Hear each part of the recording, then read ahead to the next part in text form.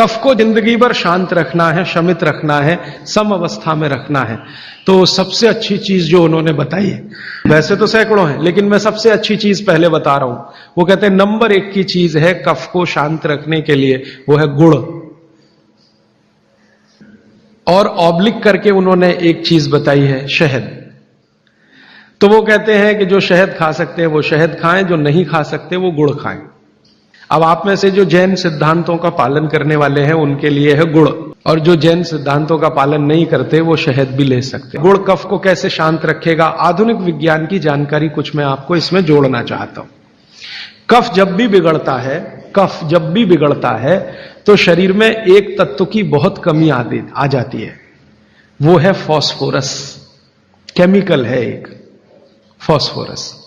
जब भी कफ बिगड़ेगा तो आप समझ लो आपके शरीर में फास्फोरस की कमी है।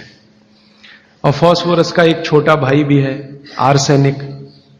आर्सेनिक वैसे तो शरीर में ना रहे तो अच्छा है क्योंकि जहर है, लेकिन बहुत मामूली मात्रा में रहे तो फास्फोरस को ताकत देता है ये आर्सेनिक।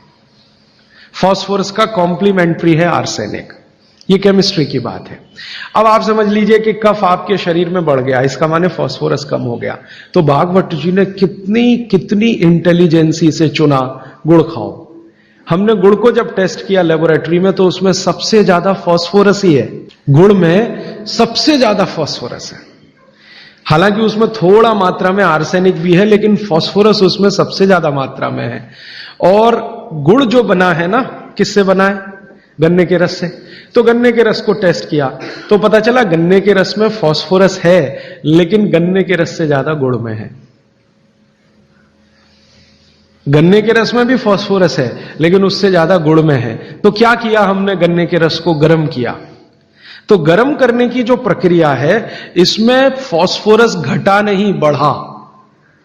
यह पता नहीं क्या अद्भुत विज्ञान है।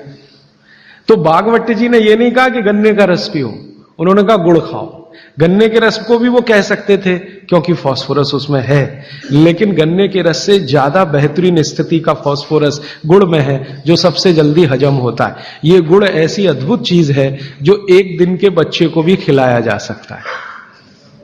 1 दिन के बच्चे को, आज बच्चा पैदा हुआ, आप शाम को उसे गुड़ दे सकते हैं, आज ही दे सकते हैं।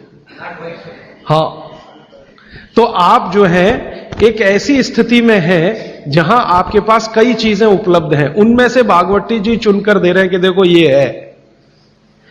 अब गुड़ बनाने के पहले एक और चीज बनती है जिसको मराठी में कहते हैं काकवी। तरल गुड़ कहिए उसको, तरल गुड़। राब कहते हैं कई लोग उसको, राब, राजस्थान में राब कहते हैं। वो ये कहते हैं कि गुड़ और राब में आपके पास अगर चॉइस है तो राब खाइए, वो गुड़ से भी ज्यादा अच्छी है। तो राब हमने बनवाई और उसको टेस्ट किया लेबोरेटरी में, तो गुड़ से बेहतरीन स्थिति का फास्फोरस राब में है। तो आपकी जिंदगी का इसको हिस्सा बना लीजिए, हिस्सा। कफ की जिंदगी में तकलीफ कभी भी नहीं आए जो आप राब और गुड़ खाएं। ये आपकी जिंदगी का हिस्सा हो जाना चाहिए।